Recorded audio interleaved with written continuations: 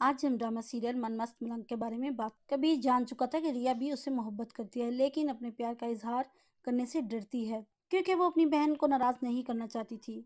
कबीर रिया का दिल से ये डर और खौफ खत्म करना चाहता था। दूसरी तरफ रिया कश्यप से कहती है, अगर कबीर ने अपनी वालदा की बात मान ली और शादी कर ली तो मेरा क्या होगा? मैं उसके बगैर जिंदा नहीं रह पाऊंगी। ये सुनकर कश्यप कहती है, तुम अपनी आप ही को बता क्यों नहीं देती कि तुम कबीर से सच्ची मोहब्बत करती हो। दूसरी तरफ कबीर की वालदा कबीर से कहती हैं, तुम क्या चाहते हो मुझे बताओ, लेकिन एक बात याद रखना कि जिस लड़की की बड़ी बहन ने मेरे घर की खुशियों को बर्बाद कर दिया, उसकी बहन को कभी भी मैं इस घर की बहू नहीं बनाऊंगी। ये सुनकर कबीर पास पड़ी छुरी से अपना हाथ काट लेता है और अपनी वालदा से कहता है, मेरे लिए बहुत आसान है, अगर मेरी शादी रिया से ना हुई तो मैं अपने हाथ की बजाय अपना गला भी काट सकता हूँ।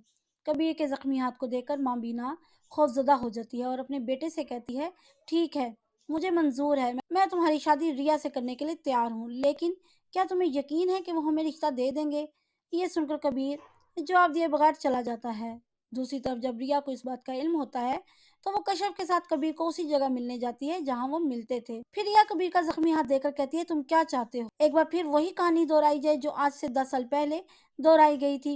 कबीर रिया से कहता है, मैं तुम्हें कैसे यकीन दिलाऊं कि पहले भी मेरे घर वालों ने कुछ नहीं किया था, तुम्हारी बहन इन हालात की जिम्मेदार है। ये सुनकर रिया कबीर से कहती है, ठीक है, तुम्हारे पास 2 दिन है, तुम सच्चाई का पता लगाओ कि किसकी गलती थी, और अगर तुम्हारे घर वाले बेकसूर हुए तो मैं तुमसे शादी कर लूंगी। फिर कबीर अपने दोस्त साकिब से कहता है, तुम रिया की बहन पर नजर रखो, वो किस किससे मिलती है, मुझे पता लगवाना है वो शख्स कौन है जिसकी वजह से अस्मा ने सारा खेल रचाया हुआ है। दूसरी तरफ कबीर अकरम चचा से कहता है, आप सिकंदर को 1-2 ठेके और दे दें, क्योंकि मैं चाहता हूँ कि उसे भी काम करने का मौका दिया जाए। कबीर के इन एहसानात की वजह से वाजिद बहुत परेशान होता है क्योंकि वो नहीं चाहता था कि इन दोनों खानदानों के दरमियान ताल्लुकात अच्छे हों। फिर वाजिद अस्मा को कॉल करता है और उसे मिलने के लिए बुलाता है।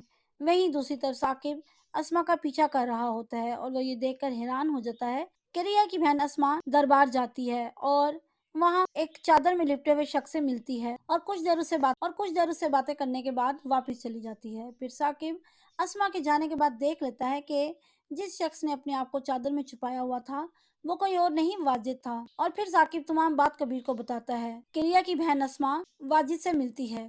कुछ देर सोचने के बाद कबीर साकिब से कहता है, तुम वाजिद के खास मुलाजिम भोला को पकड़ लाओ और उसे कत्ल करने की धमकी दो और उसे कहो, अगर उसने तमाम सच ना बताया तो कबीर उसे कत्ल करवा देगा। दूसरी तरफ मना अपनी बहन वफा से कहती है कि हमारे लिए बहुत मुश्किल है क्योंकि कबीर पहले से ही रिया से मोहब्बत करता है। मना की बात सुनकर वफा कहती है, हमें हिम्मत नहीं हारनी चाहिए, बस तुम ज्यादा से ज्यादा वक्त कबीर के साथ गुजारो। अगर वीडियो पसंद आए तो वीडियो को लाइक और सब्सक्राइब करना ना भूलिएगा। शुक्रिया।